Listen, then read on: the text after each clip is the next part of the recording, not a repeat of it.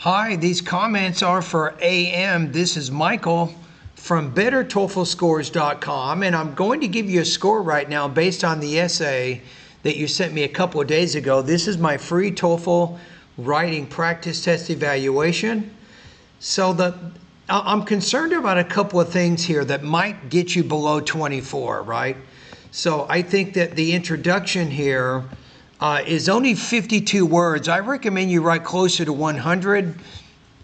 You need to raise the topic a little bit more. And the way that you wrote this paragraph is just so basic in the grammar with all of these short sentences.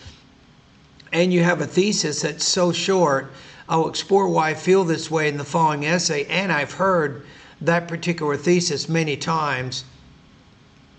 So I recommend that your thesis statement is at least 20 words. That way it'll be original and it helps you to more sharply focus your ideas. Now here's the other one. When I saw that first paragraph, I asked myself, okay, his vocabulary and grammar seems to be very basic. And when I looked at it from an artificial intelligence standpoint, there's a couple of things I'm having concerns about. Your words per sentence is only 16.7. You want to have about a 25-word average sentence length in this type of writing, and that's considered more academic writing. And then the vocabulary is only 4.7, right? You want to try to get closer to 5 on that. So because of your sentence length and your vocabulary words you're using, your grade level here is only 8.7. So that's not very high. I consider college 13, grade level 13. So you're writing, and it is possible in many cases, writing at 8th grade level is fine, but for more academic writing, I think you need to get higher than that on your Flesch-Kincaid grade level. Your goal here is to try to get closer to 13. Okay, so a couple of other things. So you have 351 words. Each paragraph is between 100 and 129 words. So to show more development, I recommend two things.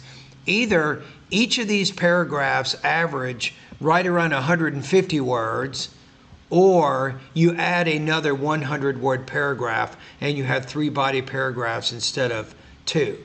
You got maybe those 2 choices, and that's going to show you can develop the topic in a little bit more depth. And then make sure that, kind of like what you did in the conclusion here,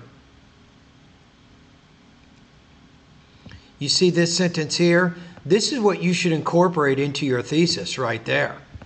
Right? To me, that's a great way to sum up your writing, but you still need to get rid of this sentence here and use a more specific thesis like the sentence you wrote at the end of your essay. That's another recommendation there.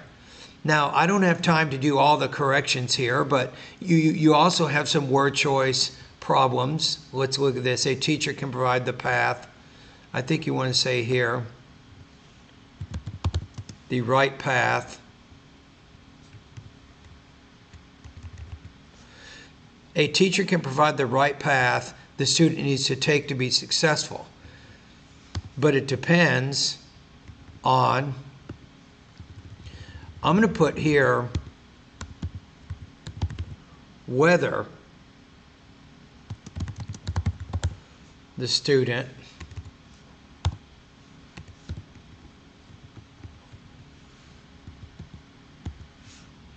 but it depends on whether the student wants to choose that path. And then you might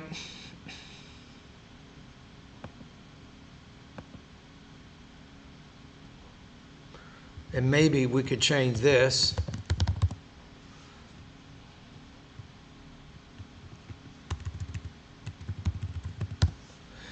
A teacher can provide the correct destination the student needs to take to be successful.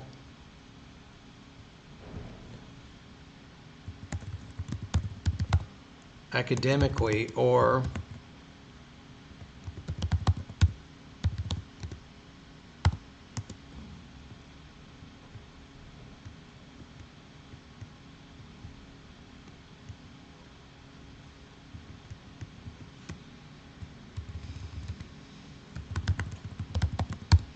maybe I'll say professionally here.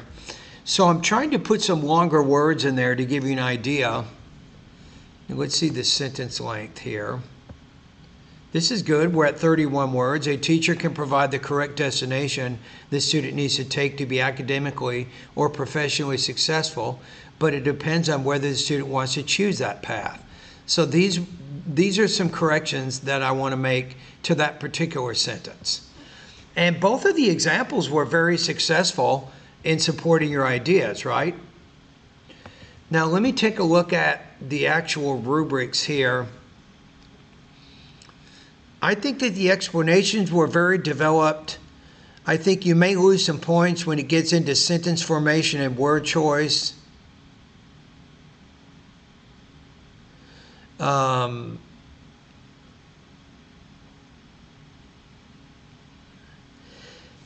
Yeah, I'm thinking you're probably, I want to put your score between 22 and 24 points. I think it is close.